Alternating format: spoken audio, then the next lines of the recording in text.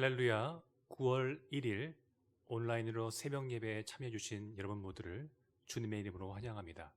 기도하심으로 새벽 기도회를 시작하겠습니다. 사랑과 은혜가 풍성하신 주님, 이 새벽 당신의 말씀을 붙잡고 기도의 자리를 사수코자 주님 온라인으로 새벽 예배에 참여하는 모든 성도들을 축복하여 주시옵소서. 말씀을 전하는 자, 듣는 자 모두가 이 생명의 말씀에 믿음으로 반응하기를 간절히 소망합니다. 주님께서 주신 말씀의 능력으로 오늘 하루도 하나님의 영광을 드러내는 우리 모든 안디옥 교회 성도들 되게 하여 주시옵소서. 감사합니다. 이 모든 말씀 예수님의 이름으로 간절히 기도드립니다. 아멘. 찬송가 70장입니다. 피난처 있으니 1절과 4절을 함께 찬양하시겠습니다.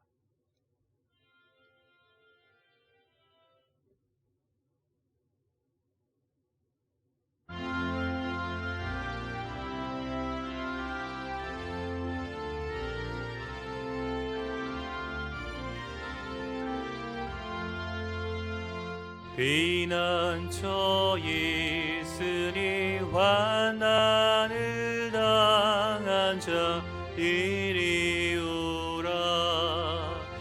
땅들이 변하고 물결이 일어나 산 위에 넘치되 두렵잖네. 높으신 하나님 우리를 구하니 할렐루야. 괴로움이 심하고 한난이 극하나 피난처 되시는 주 하나님. 오늘 하나님께서 주신 말씀 여호수아 7장 16절에서 26절까지 말씀을 제가 봉독하도록 하겠습니다. 여호수아 7장 16절에서 26절까지 말씀입니다. 이에 여호수아가 아침 일찍이 일어나서 이스라엘을 그의 지파대로 가까이 나오게 하였더니 유다 지파가 뽑혔고 유다 족속을 가까이 나오게 하였더니 세라 족속이 뽑혔고 세라 족속의 각 남자를 가까이 나오게 하였더니 삽디가 뽑혔고 삽디의 가족 각 남자를 가까이 나오게 하였더니 유다 지파 세라의 증손이요 삽디의 손자요 갈미의 아들인 아간이 뽑혔더라. 그러므로 여호수아가 아간에게 이르되 내 아들아 청하노니 이스라엘의 하나님 여호와께 영광을 돌려 그 앞에 자복하고 내가 행한 일을 내게 알게 하라. 그 일을 내게 숨기지 말라 하니 아간이 여호수아에게 대답하여 이르되 참으로 나는 이스라엘의 하나님 여호와께 범죄하여 이러이러하게 행하였나이다. 내가 노력한 물건 중에 시날산의 아름다운 외투 한 벌과 은 200세겔과 그 무게가 50세겔 되는 금덩이 하나를 보고 탐내어 가졌나이다. 보소서 이제 그 물건들을 내 장막 가운데 땅 속에 감추었는데 은은 그 밑에 있나이다 하더라. 이에 여호수아가 사자들을 보내매 그의 장막에 달려가 본즉 물건이 그의 장막 안에 감추어 있는데 은은 그 밑에 있는지라. 그들이 그것을 장막 가운데서 취하여 여호수아와 이스라엘 모든 자손에게 가지고 오매 그들이 그것을 여호와 앞에 쏟아 놓으니라.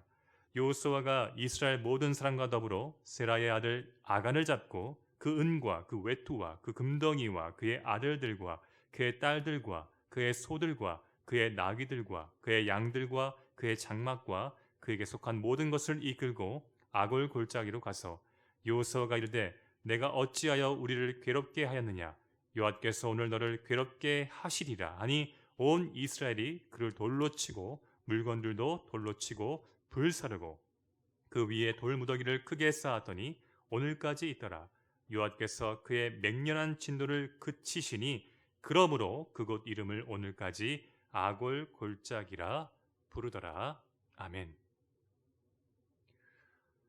구약의 대표적인 역사서 여호수아는 이스라엘 백성의 가나안 정복과 전쟁 후 땅 붕괴에 대한 이야기로 구성되어 있습니다. 일반적으로 전쟁사는 주요 국가의 군사적 전략, 군사력, 지도자의 탁월함 등을 다루고 기록합니다. 하지만 여호수아 말씀에는 이러한 내용들을 찾기가 쉽지 않습니다. 왜 그럴까요? 성경은 인간의 역사가 아니라 바로 하나님의 역사, 하나님이 만들어가는 인류의 역사를 다루고 기록하기 때문인 것입니다. 그러기에 여호수아에 기록된 가나안 전쟁은 하나님께서 친히 군대 장관이 되어주셔서 그분의 계획과 방법대로 이스라엘 백성들과 그들의 지도자였던 여호수아에게 승리를 주신 바로 구원의 역사인 것입니다. 그래서 가나안 정복 전쟁에서 가장 중요한 승리 조건은 군사 전략, 군사력이 아니라 탁월한 리더십 또한 아니라 바로 하나님의 말씀에 순종하는 것이었습니다. 순종이 곧 승리며 불순종이 패배라는 걸 여호수아 말씀은 이스라엘 백성의 역사를 통해서 지금 우리에게 말하고 있는 것이죠. 하나님 말씀에 철저하게 순종했던 이스라엘 백성은 가나안 전쟁에서 첫 번째로 만났던 이 여리고 성을 무너뜨렸습니다. 그들이 순종한 일이 무엇이었습니까? 하나님의 말씀대로 7일 동안 여리고 성을 언약궤, 바로 하나님의 임재를 상징하는 언약궤와 함께 총 13바퀴를 돈 것입니다. 특별히 마지막 날 때에는 제사장이 양각 나팔을 불었고요, 백성들이 큰 소리로 외쳤습니다. 하지만 그들의 순종은 어떻습니까? 여리고성 붕괴라는 바로 하나님의 기적을 일으켰던 것이죠. 반대로 한 사람의 불순종은 이스라엘 백성 전체에게 고통을 주었다고 바로 여호수아는 말하고 있습니다. 여러분, 그 불순종이 무엇입니까? 하나님은 분명 이 여리고 전쟁에서 그 어떤 전리품을 취하지 말고 모두 다 멸하라고 명령하셨습니다. 자, 하나님께서는 이 일을 통해 앞으로 가나안 땅에 있을 모든 전쟁, 그 전쟁을 승리케 하시는 분은 바로 자기 자신이며 그 승리의 영광과 공로 또한 자신에게 돌려야 한다는 것을 이 첫 번째 전쟁, 이 모든 전리품을 다 불태워버리고 없애버리는 이 행위를 통해서 깨닫게 하고 가르쳐 주신 것입니다. 하지만 아간이라는 이 한 사람의 탐심과 탐욕, 이것 때문에 그는 그 바로 여리고성에서 몇 가지 전리품을 취하게 된 것이죠. 시날산의 아름다운 외투 한 벌과 은 200세겔, 금 50세겔을 취했던 것입니다. 자, 지금 단위로 환산하면 은은 2.3kg 정도 되고요, 금은 0.5kg 정도 됩니다. 이 한 사람의 불순종으로 말미암아 이스라엘 백성들 가운데 어떤 결과가 일어났습니까? 여리고성과 비교했을 땐 참으로 작아 보이는 이 아이성, 그 아이성과의 전투에서 이스라엘 백성은 아주 처참하게 패배를 당했던 것입니다. 사랑하는 성도 여러분, 이처럼 불순종이라는 죄는 반드시 비참한 결과를 만들어냅니다. 다시 말해 공의로우신 하나님께서 반드시 징계하시고 심판하십니다. 그리고 죄의 결과는 한 사람에서 끝나는 것이 아니라 그가 속한 공동체마저도 괴롭히고 고통을 겪게 만든다는 것을 바로 아간의 범죄가 우리에게 말하고 있는 것이죠. 자, 그러기에 우리는 날마다 어떻습니까? 나와 가족, 더 나아가 교회와 사회 공동체를 고통스럽게 하고 괴롭게 만드는 그 죄를 끊어내기 위해서 날마다 깨어 있어야 합니다. 안타깝지만 아간은 깨어있지 못했고 죄에 둔감했습니다. 자기의 불순종으로 인해 자기 민족이 아이성과의 전투에서 패배하는 고통을 당했음에도 불구하고 그는 마치 남의 일처럼 여겼습니다. 하나님 앞에 나아가 자신의 죄를 먼저 고백하고 회개하지 않았던 것이죠. 그래서 공의로우신 하나님께서 이스라엘 민족이 더 이상 죄로 인해 고통당하지 않도록 직접 행동하셨습니다. 자, 이스라엘 백성 가운데 숨어 자신의 죄를 숨기고 있었던 아간을 어떻게 밝혀내셨습니까? 제비뽑기를 통해서 드러내셨습니다. 그때서야 아간은 자기 장막의 옷과 금은을 숨겼다고 자백했던 것이죠. 하지만 어떻습니까? 무고한 이스라엘 백성들이 아이성과의 전투에서 희생을 당한 후였기 때문에 그의 자백은 너무 늦은 자백이었던 것이죠. 그 결과 아간과 그가 훔친 물건들, 심지어는 가족과 모든 소유물들은 아골 골짜기에서 돌무더기 안에 묻히고 만 것입니다.